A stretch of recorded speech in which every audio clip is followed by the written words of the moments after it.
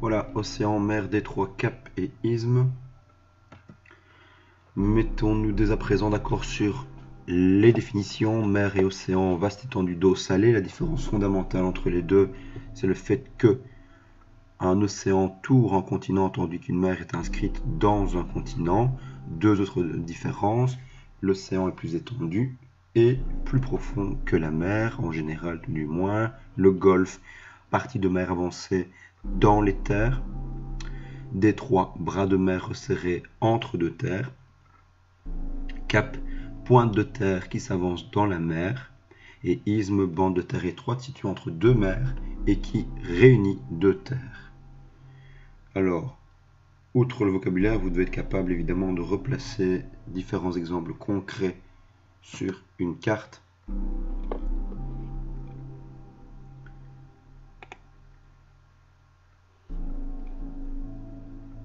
Alors, vous devez être capable de reconnaître et de placer les différents océans. L'océan Atlantique, bien évidemment, qui sépare l'Europe, l'Afrique de l'Amérique, l'océan Indien au sud de l'Asie, entouré par l'Océanie, l'Afrique et l'Asie, l'océan Pacifique qui sépare l'Asie, l'Océanie du continent américain, et tout au nord, l'océan glacial arctique.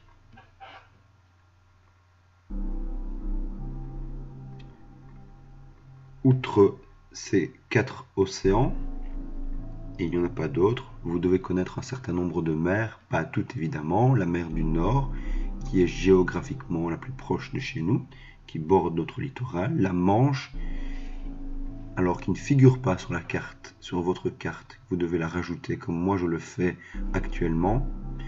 Donc c'est une mer qui sépare le continent européen des îles britanniques. La mer Baltique qui borde les côtes finlandaises et russes. La mer Méditerranée qui est entourée par l'Europe, le Moyen-Orient et l'Afrique. La mer des Antilles ou des Caraïbes. Et la mer du Japon, qui sépare le Japon du reste du continent asiatique.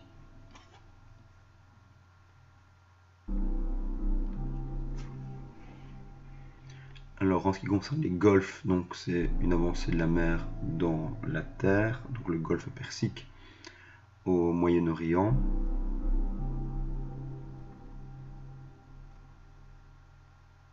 Vous avez également le golfe de Guinée, qui n'est pas présent sur la carte que vous devez rajouter, qui borde les côtes ouest africaines. Et enfin le golfe du Mexique, qui comme son nom l'indique, borde le Mexique, mais également les États du Sud des États-Unis. Floride, Louisiane, Texas.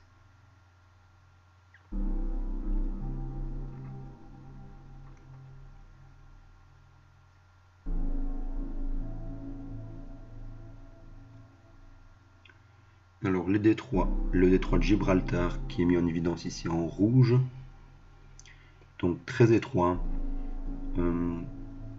qui sépare en quelque sorte l'Europe de l'Afrique, plus précisément le Maroc de l'Espagne.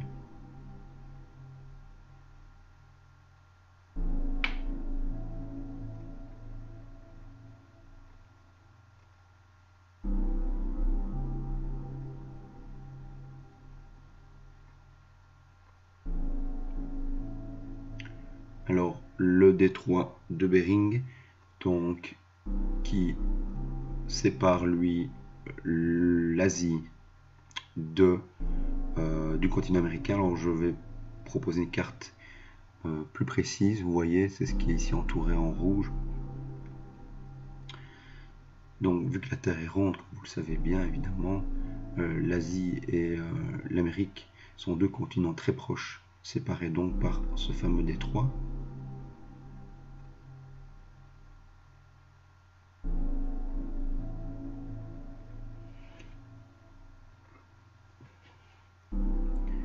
Et enfin, le détroit du Bosphore. Donc qui lui sépare l'Asie de l'Europe. Vous voyez, on borde ici la Turquie. Et donc le détroit qui fait office également de passage entre la mer Noire et la mer Méditerranée.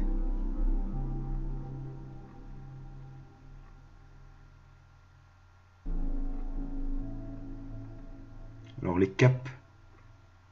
Alors le cap Horn, vous le voyez, à la pointe sud de l'Amérique du Sud, et le cap de Bonne-Espérance à la pointe sud de l'Afrique du Sud, qui est à peine représenté ici, hein, c'est vraiment... Oui, la pointe sud de l'Afrique.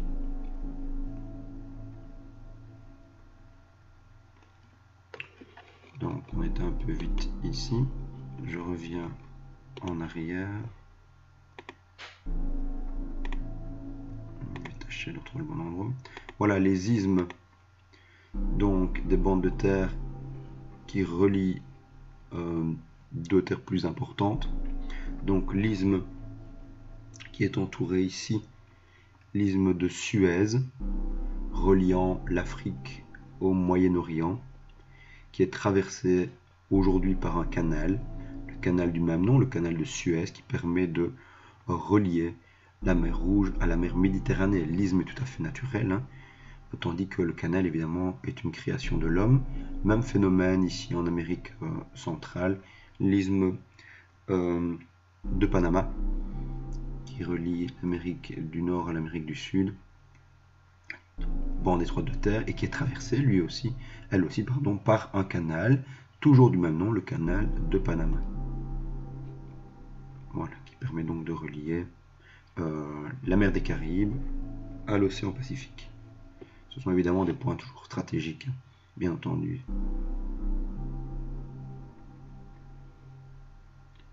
Voilà, c'est tout ici pour tout ce qui concerne mer, océan, etc. On passe aux plaines et aux grandes chaînes de montagnes. Donc les plaines à retenir, il y a les grandes plaines en Amérique du Nord, États-Unis, Canada, les plaines de Sibérie en Asie et les plaines d'Amazonie en Amérique du Sud. Alors quand on tombe par plaine, donc c'est un rappel du cours de première et de deuxième du cours d'études du milieu. Les plaines, c'est un des trois types de relief, hein. Donc plaine, plateau et montagne. Ce sont des grandes étendues plates, ou relativement plates tout du moins. Concernant les chaînes de montagnes, vous devez en connaître un certain nombre. Donc les Alpes ici en Europe, vous voyez, donc c'est la chaîne de montagne la plus longue, la plus étendue en Europe, en France, en Suisse, en Allemagne, en Autriche, hein. C'est ici également qu'on retrouvera évidemment le Mont Blanc, qui est la montagne la plus élevée d'Europe. Vous devez connaître également, savoir repérer les Pyrénées. Alors c'est tout petit, hein, c'est ici, on les distingue à peine. Donc c'est la chaîne de montagnes qui sépare naturellement la France de la péninsule ibérique, ici. L'Oural, dont on a parlé tout à l'heure, hein, qui sert de frontière naturelle en partie tout du moins, et qui sépare donc l'Asie de l'Europe, et qui coupe la Russie en deux. L'Himalaya, gigantesque chaîne de montagnes dans laquelle on va retrouver le mont Everest, qui est la montagne la plus élevée sur notre Terre. Vous avez les Rocheuses en Amérique du Nord, regardez, très longue chaîne de montagnes, ici, qui s'étend au Canada et aux États-Unis principalement. Et enfin en Amérique du Sud, cette fois, la cordillère des Andes, ou les Andes tout simplement, donc, que vous trouvez ici sur la côte ouest de l'Amérique du Sud et qui traverse l'Amérique du Sud quasiment en continu du nord au sud. Les grandes zones climatiques sont ici représentées. Alors, c'est un peu compliqué, on en distingue un certain nombre, hein, comme vous pouvez le voir. Nous sommes ici dans un climat de type continental. Nous verrons plus tard dans l'année comment déterminer un climat selon des données température, précipitation principalement.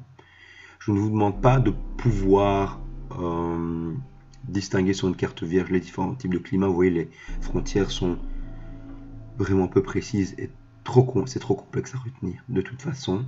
Par contre, je vous demande de retenir les différentes zones climatiques. Alors c'est différent, on en distingue trois, oui je dis bien.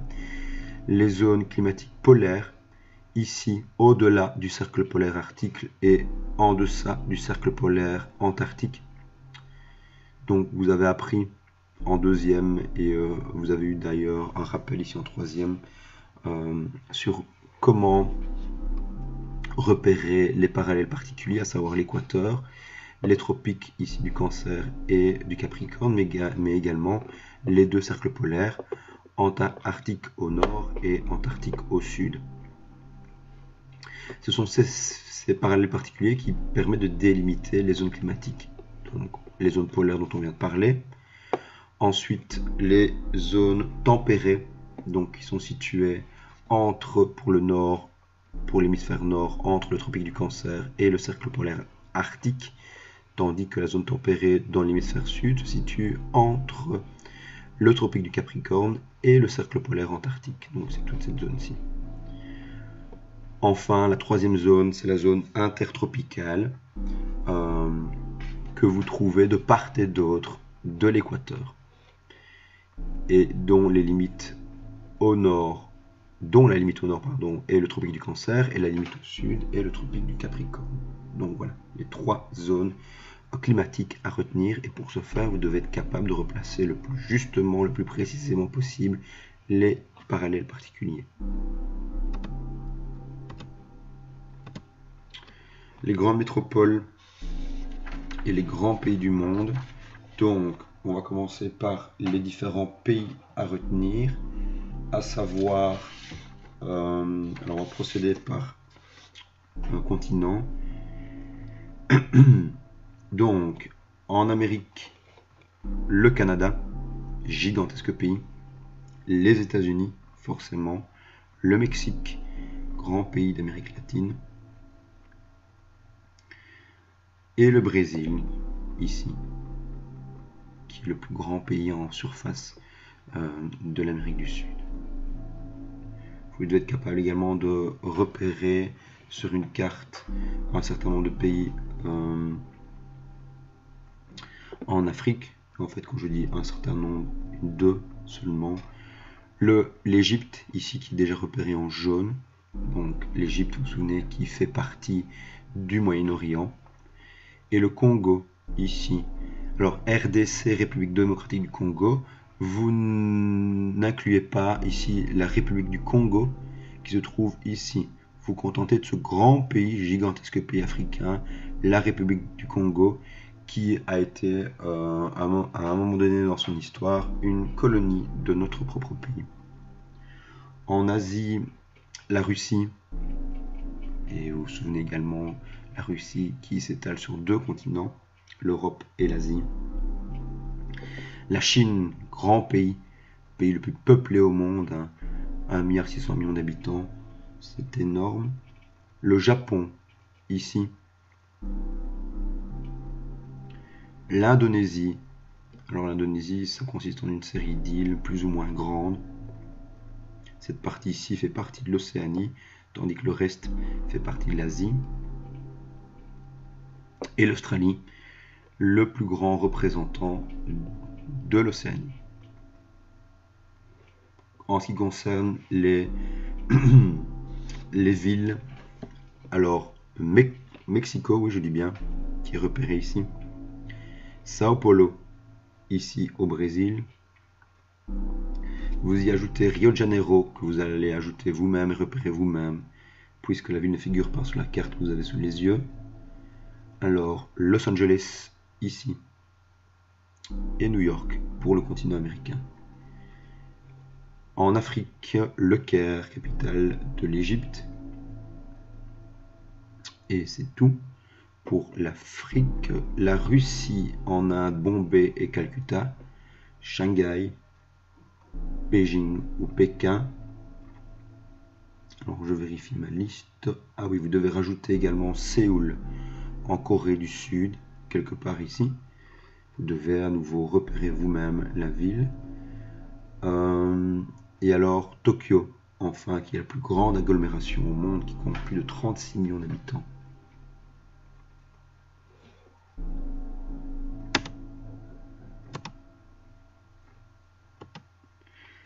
Et enfin, les plus grands fleuves européens. Alors je vous demande, ici rien n'est indiqué, vous avez le tracé de certains fleuves, mais pas tous. Je vous demande de repérer sur la carte et de pouvoir retenir les fleuves suivants, à savoir la Meuse, le Rhin, le Rhône, le Danube, la Seine et le Pô. Ok. Donc vous repérez vous-même ces fleuves sur la carte que vous avez dans votre cours.